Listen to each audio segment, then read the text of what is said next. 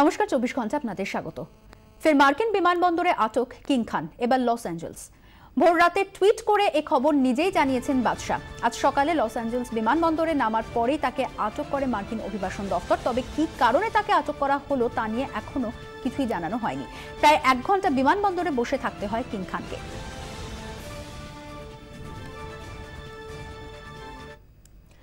আজ তৃতীয়বার আটক হওয়ার পর টুইট করেন শাহরুখ খান। টুইটে তিনি রীতিমতো ক্ষোভ প্রকাশ করেছেন।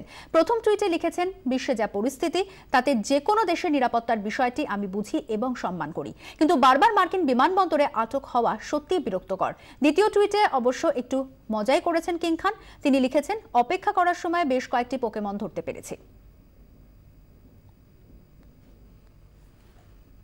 তবে প্রথমবার নয়, এর আগেও মার্কিন বিমানবন্দরে দুবার আটক হতে হয় শাহরুখ খানকে। প্রথমবার 2009 সালে, সেবার নিউ ইয়র্কে গিয়েছিলেন শাহরুখ খান। বিমানবন্দরে তাকে 2 ঘন্টারও বেশি সময় আটক করে জিজ্ঞাসাবাদ করেন মার্কিন অভিবাসনের অফিসাররা।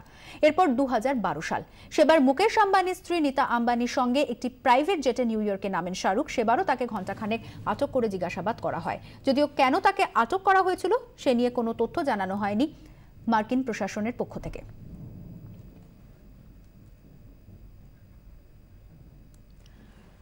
নাম ও পদবীর জন্য বারবার শাহরুখকে হেনস্থা হতে হচ্ছে, মনে করছেন আন্তর্জাতিক সম্পর্ক বিশেষজ্ঞ পুরুষোত্তম ভট্টাচার্য।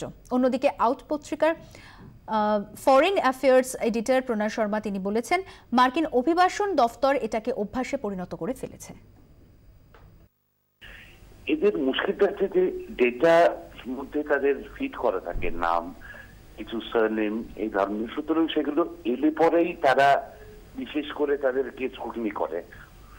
সুতরাং শাহরুখ খানের যে একটা মুসলিম সারনেম রয়েছে বিশেষ করে, সেইটার উপরেই এরা বারবার করে জোর দেয়। যখন এর আগেও জানেন যে অনেকবার এই ধরনের ঘটনা ঘটেছে।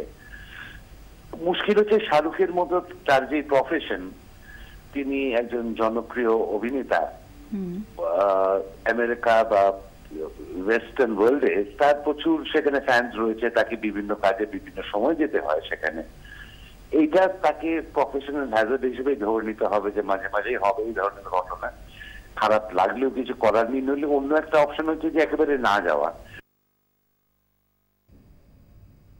শাহরুখ খান ভারতবর্ষে আইকন, কিন্তু মার্কিন যুক্তরাষ্ট্রে তিনি আইকন নন। মুসলিম বলেই হয়তো বারবার আটক করা হচ্ছে, কারণ নামের শেষে খান। আসলে ব্যাপারটা হচ্ছে যে যারা বিদেশে গেছেন, আমিও দেখেছি, যে আমার নিজের ব্যক্তিগত অভিজ্ঞতাতেও দেখেছি, বিশেষ করে যারা অসেটকায় আর এশিয়া থেকে আসছেন, পার্টিকুলারলি তারাই এই ধরনের সন্দেহভাজন ব্যক্তি হিসেবে পর্যবনিত হন। প্রয়াত প্রাক্তন রাষ্ট্রপতি এপিজে কালাম থেকে কেন্দ্রীয় মন্ত্রী, মার্কিন মুলুকে হেনস্থার শিকার হয়েছেন বহু ভারতীয়। সেপ্টেম্বর 11-র পর থেকে বদলে গেছে আমেরিকা। উধাও তাদের অতিথি পরায়ণতা। রাষ্ট্রদূত থেকে মন্ত্রী কিংবা রাষ্ট্রপতি, কাউকে রিয়াদ করে না মার্কিন অভিবাসন দফতর। 2011 সালের 21শে সেপ্টেম্বর নিউ ইয়র্কের জন এফ কেনেডি বিমানবন্দরে প্রাক্তন রাষ্ট্রপতি এপিজে আব্দুল কালামের দেহ তল্লাশি করা হয়। ভারতের প্রতিরক্ষা মন্ত্রী থাকাকালীন দুবার হেনস্থার শিকার হন জর্জ ফার্নান্ডেজ। ডালাস বিমানবন্দরে দুবার তার জামাকাপড় খুলে তল্লাশি করা হয়। 2011 সালে সেপ্টেম্বরে মার্কিন বিমানবন্দরে আটক হন তৎকালীন অসামরিক বিমান পরিবহন মন্ত্রী প্রফুল্ল প্যাটেল। 2009 সালে নিউ ইয়র্ক, 2012 সালে নিউ ইয়র্ক এবং 2016 সালে লস অ্যাঞ্জেলস বিমানবন্দরে আটক হন শাহরুখ। 2002 সালে আমির খানকে শিকাগো বিমানবন্দরে আটক করে জামাকাপড় খুলে তল্লাশি ও জেরা করা হয়। 2009 সালে নিউ ইয়র্ক বিমানবন্দরে জন আব্রাহামকে আটক করে এফবিআই। তার পাসপোর্টে আফগানিস্তান যাওয়ার উল্লেখ ছিল। রাষ্ট্রসংঘে ভারতের দূত হরদীপ পুরী পাগড়ি খুলতে অস্বীকার করায় 2010 সালে হাউস্টন বিমানবন্দরে তাকে বসিয়ে রাখা হয়। 2011 সালে মিসিসিপির জ্যাকসন এভার্স বিমানবন্দরে ভারতীয় রাষ্ট্রদূত মীরা শঙ্করকে আটক করে দেহ তল্লাশি করা হয়। প্রায় প্রতিটি ঘটনাতেই দুঃখ প্রকাশ করে আমেরিকা। যদিও মার্কিন ডিপার্টমেন্ট অফ হোমল্যান্ড সিকিউরিটির দাবি, নিরাপত্তার স্বার্থেই এমনটা করতে বাধ্য হয় তারা। ব্যুরো রিপোর্ট, 24 ঘন্টা।